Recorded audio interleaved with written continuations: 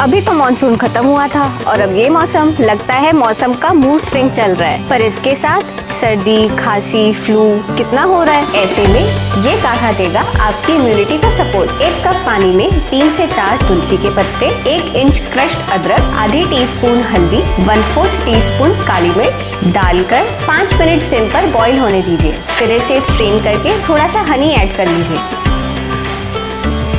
और SIP bye SIP enjoy कीजिए। Daily बस ये 1 कप काढ़ा, प्रिवेंशन भी और क्योर भी।